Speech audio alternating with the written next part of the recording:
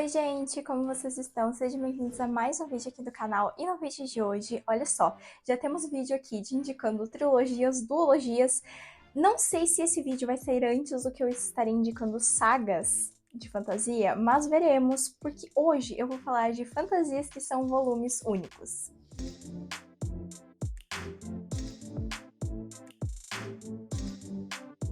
São aqueles livros de fantasia para quem não tá com muito tempo para ler, sabe, gente? Ou quem tá de ressaca e não quer entrar de cabeça numa saga de mais de 5 livros. Esses aqui são perfeitos. São livros de fantasia que são volumes únicos, mas que têm histórias maravilhosas, com arcos super fechadinhos, que vale a pena muito vocês lerem. Então fica até o final do vídeo, porque ó, só dica boa. E deixa o like, se inscreve aqui se você ainda não é inscrito. Comenta aqui embaixo se você já teve vontade ou se você já leu algum desses. Não esquece de me seguir nas redes sociais, ativa as notificações e, gente, não vou enrolar muito, então bora começar. Eu confesso pra vocês que eu comprei A Noiva do Deus do Mar justamente porque eu achei a capa muito linda e eu não sabia exatamente o que esperar dessa história. Então eu comprei numa promoção, acabou ficando encalhadinho na minha estante por alguns meses, mas nesse último mês de julho eu resolvi pegar essa leitura pra fazer, até porque ele é um livro relativamente curto, ele tem, eu acho que menos de 300 páginas. E eu me surpreendi muito. Gente, eu amei essa história, sabe? Que história bonita. É uma história tão fascinante, tão sensível, sabe? Emocionante em vários momentos e que traz uma trajetória da protagonista que de fato é muito bonita mesmo, sabe? É uma trajetória tão bem construída e ao mesmo tempo a gente tem um casal que... Gente, a história desse casal, o final, sabe, a resolução, a conclusão e tudo que eles passam juntos em pouquíssimas páginas, pra mim foi surpreendente. Eu realmente não esperava gostar tanto desse livro, e a única ressalva que eu tenho em relação a ele é que ele poderia ser maior. Eu leria facilmente umas 400, 500 páginas, entendeu, da história da Minnie e do Shin, porque eles são maravilhosos juntos, toda a missão deles, o que eles fazem ao longo do livro, mas também toda a questão da magia em si, né, da história. Gente, poderia muito ser maior, eu acho que aí a única reclamação é que ele é muito curto. A terra natal da mina vem sofrendo com terríveis tempestades há anos. Por isso, o povo da aldeia resolve que todo ano eles irão oferecer ao deus do mar como sacrifício uma noiva, a moça mais bonita ou mais habilidosa da aldeia. No ano em que a mina se encontra, quem é escolhida para ser a noiva do deus do mar é ninguém mais, ninguém menos do que a amada do irmão da mina. E é por isso que o irmão dela, em um desespero, acaba correndo até o barco e perseguindo a sua amada.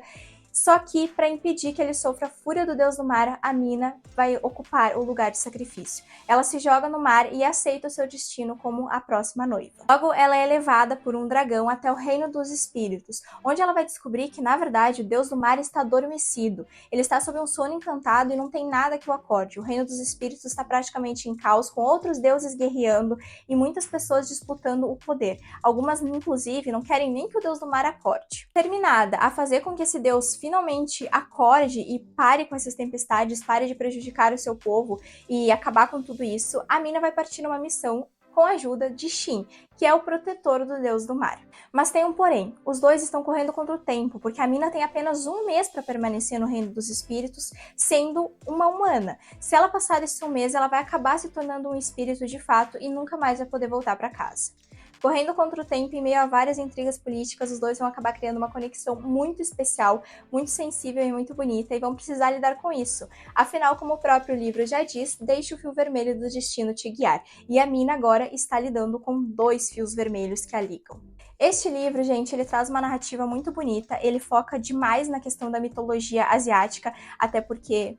né, ele é sobre a mitologia asiática, e é uma das coisas que eu mais tenho gostado aí nesses últimos 2 anos, foi de pegar livros que são voltados para a cultura coreana, né, cultura japonesa, chinesa e tudo mais, porque são culturas muito bonitas e muito ricas, e elas fogem 100% dessa questão de eurocentrismo, sabe? Então são sempre histórias muito diferentes para mim acompanhar. E eu amei A Noiva do Deus do Mar, sabe, gente? Eu amei a dinâmica do casal, e como eles vão criar uma conexão, sabe? O plot final foi pra mim uma das coisas mais, assim, inesperadas. E talvez eu tava tão envolvida com justamente o casal e o romance que eu não esperava que fosse acontecer aquilo, mas Gente, eu amei o plot final. Inclusive, tem outra questão, uma outra reviravolta que tem ao longo do livro que eu já esperava, mas que quando aconteceu me arrancou algumas lágrimas, porque é muito bonito, sabe?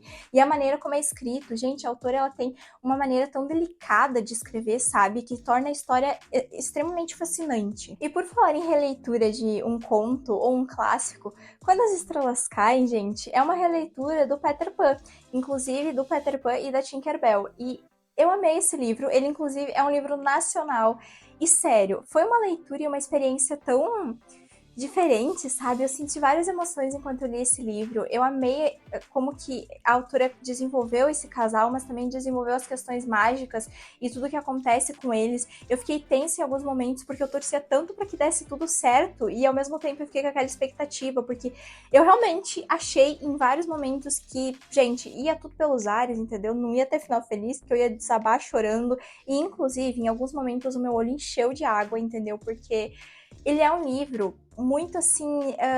Ele tem vários momentos emocionantes, ele traz algumas reflexões, inclusive, que são de tocar o seu coração. Num bebê da sua primeira risada, uma estrela cai do céu e se torna uma fada dos sonhos. E é justamente isso que a Tipper é. Ela é uma fada do Pietro, o seu conhecido como humano, mas as fadas não podem nunca interagir diretamente com os humanos ou deixá-los saber da sua existência. Elas têm regras a seguir e tudo isso elas têm que fazer apenas como se elas fossem seres de fato invisíveis. Mas a Tipper, ela quer ser livre, ela quer conseguir sentir tudo isso, ela quer sentir como é ser uma humana.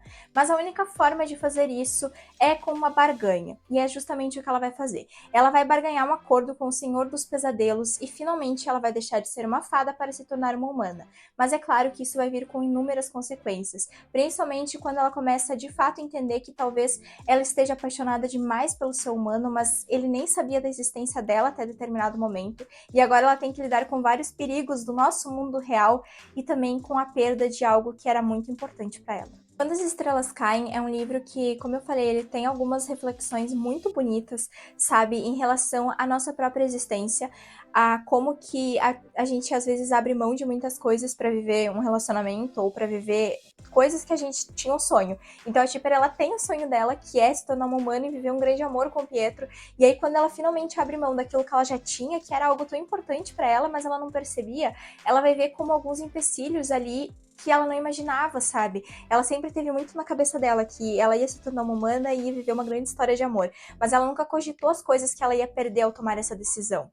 E isso é muito legal, porque de fato em alguns momentos ela começa a refletir sobre isso e a gente acompanha, né, toda essa questão de como ela vai lidar com essas perdas e se de fato vai valer a pena ou não. Então ele é um livro muito reflexivo, ele traz em alguns momentos, assim, vários trechos emocionantes e ao mesmo tempo que vai nos entregar um casal que, assim, eu torci por eles em vários momentos, eu realmente fiquei com muita expectativa do que ia acontecer, sabe? Porque, poxa, o Pietro é um humano, e aí a Tipper sempre amou ele, porque ela tá com ele desde que ele era pequenininho, né? Porque ele nasceu e ela nasceu junto. Então eles meio que cresceram juntos. Mas é só a Tipper que sabe disso. Ele não faz ideia da existência dela. E quando ela realmente aparece, assim, na aldeia, sabe? Como uma moça, uma mulher, ele fica assim completamente encantado, mas ele não se lembra de nada do que eles viveram nos sonhos que ela criava para ele. Muito legal que também o livro, apesar de ele ter toda essa questão das fadas e do romance em si, ele também tem outros momentos que são maravilhosos. Por exemplo, vai começar a acontecer algumas situações muito suspeitas na aldeia, como algumas mortes misteriosas. E aí, como a Tipper, ela é uma forasteira, as pessoas vão começar, né, meio que suspeitar dela. E aí a gente tem alguns elementos do conto do Peter Pan, né, além de ser o Pietro e a Tinkerbell, no caso, a gente tem, por exemplo, a Wendy, como que vai ser essa relação da Wendy com, né, o Pietro, como que vai ser a relação dela e da Tipper, no caso, né? Como que esse triozinho vai se tornar ali, como que eles vão criar uma amizade que é maravilhosa. Assim como A Noiva do Deus do Mar, gente, eu comprei esse livro especialmente pela capa, porque eu achei a capa muito bonitinha, mas eu adorei a história. Eu acho que vale muito a pena essa leitura. Como eu falei, ele é um livro nacional e, assim, pra mim, é um dos melhores livros de fantasia de volume único e de releituras que eu já li, sabe? É tudo muito bem construído. A autora mandou muito bem, assim, na construção de ligar os pontos do conto famoso que a gente conhece do Peter Pan com os pontos aqui no livro. Então, em vários momentos você vê a semelhança, mas em outros é totalmente diferente do que você esperava. E isso é o que dá o charme ao livro. Em alguns momentos ele é tranquilo, ele é reflexivo, em outros ele é extremamente sombrio. Inclusive, da metade do livro pro final, a gente tem muito essa questão, né, de descobrir sobre as mortes e tudo mais, a questão da barganha com o Senhor dos Pesadelos, de cobrar esse acordo. E é muito legal como o livro ele fica com essa pegada de, apesar de ser um conto de fadas, ele tem um toquezinho mais sombrio. Mariposa Vermelha também é um livro de uma autora nacional e, gente, esse livro é um dos meus favoritos de fantasia de toda a vida. O que foi essa história? Eu até hoje, às vezes eu me pego pensando em tudo que aconteceu nesse livro, porque ele é realmente impecável. Do começo ao fim, eu acho que eu nunca tive uma experiência tão magnífica com um livro, e principalmente com um livro de volume único, sabe? Gente, a fantasia, o universo, o sistema mágico, como ele te deixa tenso em alguns momentos, porque esse aqui, diferente dos outros dois, ele é de fato uma fantasia um pouco mais sombria, então os perigos que a protagonista passa, mas ao mesmo tempo tem a questão do romance, e é um romance entre enemies to lovers, um romance meio proibido ali, e tudo que vai acontecendo. Gente, esse livro aqui pra mim foi um turbilhão de emoções, assim, eu senti tudo que dava pra vocês imaginar sentindo com o livro, porque ele realmente é impecável do começo ao fim. Eu não esperava gostar tanto e acabou se tornando um dos meus favoritos. Na cidade de Fragária, sobre o domínio da República, a magia é proibida. E é por isso que a nossa querida protagonista, Amaryllis, anda de cabeça baixa para evitar ter o mesmo destino que a sua mãe. Mas é quando ela encontra com o homem que arruinou a vida de toda a sua família, é que ela decide se vingar. E com a sede de vingança, ela acaba tomando uma decisão inesperada. Ela resolve invocar um demônio para ajudá-la nessa terrível vingança. Sim, gente, entre a convivência da Amaryllis, uma pequena bruxinha, podemos chamar assim, e um demônio, é claro que os dois vão começar a sentir algo um pelo outro, até porque o nosso demônio neste livro é extremamente atraente, viu, gente? Né? Não julgo a Amaryllis, entendeu? Não julgo as decisões dela. Mas o livro, ele é muito sobre essa questão de vingança e é a melhor parte do livro. Gente, você torce o tempo todo para que a Amaryllis consiga se vingar e fazer justiça pela mãe dela. E aí você quer entender também o que aconteceu com a mãe dela. Porque esse homem foi responsável pela morte, né? E por acabar com a família da Amaryllis e tudo mais. E como que todos esses eventos levaram ao fato de que a Amaryllis agora tá vivendo num apartamento que não é tão bom, como ela tá tendo que trabalhar de noite para se sustentar. Então, toda essa história é interligada, ela te deixa curiosa, sabe? Ela te instiga a você continuar lendo cada página, porque você quer saber o que vai acontecer. Se ela vai se vingar, se esse relacionamento vai ter algum futuro, afinal ele é um demônio e ela é uma humana, e se ela vai conseguir ou não aprender a lidar com seus poderes, que é algo que está no sangue dela. Até porque eu preciso dizer que todos os personagens desse livro são muito bem construídos. Tanto a Amaryllis, gente, quanto o demônio Tolu, mas os amigos dela também. É muito legal mesmo de você acompanhar, sabe? Inclusive a melhor amiga dela e o melhor amigo, a relação dos três ali, como eles são um triozinho e como eles se apoiam um ao outro e as coisas vão acontecendo e vão afetando os três. É muito legal de acompanhar. Outra coisa que eu achei muito legal e muito curioso nesse livro é que aparentemente a maioria dos personagens tem nome de flores. E eu adorei isso, é muito legal mesmo. Vou deixar no ar aí, vocês podem, durante a leitura vocês vão descobrir. Mas eu gostei muito disso, achei tão divertidinho, tão diferente, sabe? Achei muito criativo. Mas realmente, este livro é impecável, sério. Eu acho que dessa listinha aqui, inclusive, ele é o meu favorito. 5 estrelas e mais um coraçãozinho. Mariposa Vermelha é um daqueles livros que eu queria apagar da minha mente só pra ter a experiência de ler de novo, porque foi uma experiência de fato impagável, sabe? Tudo que eu senti lendo essa história, como eu torcia pelo casal, e apesar de, poxa, é um demônio, ele é uma pessoa, né? Não, um ser perigoso, mas como eu torcia pra Amaryllis finalmente ter o final feliz e ela superar tudo e todos os traumas que ela passou. Então, realmente, apenas leiam, sabe? A Mariposa Vermelha vale muito, muito a pena mesmo. É o meu favoritinho dessa lista, gente. Não é um livro longo, tem romance, tem enemies to lovers, tem um demônio e um humano vivendo um amor e tem vingança. Releituras por Releituras, Pra Te Ver Melhor, é uma releitura extremamente sombria e dark de, gente, Chapeuzinho Vermelho, né, como a própria capa já diz, e o próprio título. Inclusive, eu descobri que essa autora está lançando lá na gringa uma coleção meio que de releituras, e eu terminei esse livro aqui desesperada para saber mais sobre o próximo dela, que inclusive será uma releitura de João e Maria. Então, assim, meu Deus, eu preciso saber mais, sabe? Porque eu amei a escrita dessa autora, eu amei tudo que ela construiu, as reviravoltas, o plot final, o romance que tem envolvido nessa história e como é uma história sombria e como que a gente acompanha o ponto de vista de diferentes personagens. Na pequena aldeia de Aramor, uma lenda sobrevive há anos. A lenda de um lobo terrível, gigante, com os olhos vermelhos e que atormenta a população na floresta durante os invernos. Ainda pequena, nossa querida protagonista recebeu o apelido de Chapeuzinho, e conhecendo muito bem as artimanhas do lobo, ela não sente tanto medo assim em andar na floresta quanto os outros moradores da aldeia. Até porque a sua avó mora no meio da floresta, e por isso ela sente uma conexão especial com a adorável velhinha. Todos os dias, ou pelo menos sempre quando pode, a Chapeuzinho tende a visitar a sua avó na floresta.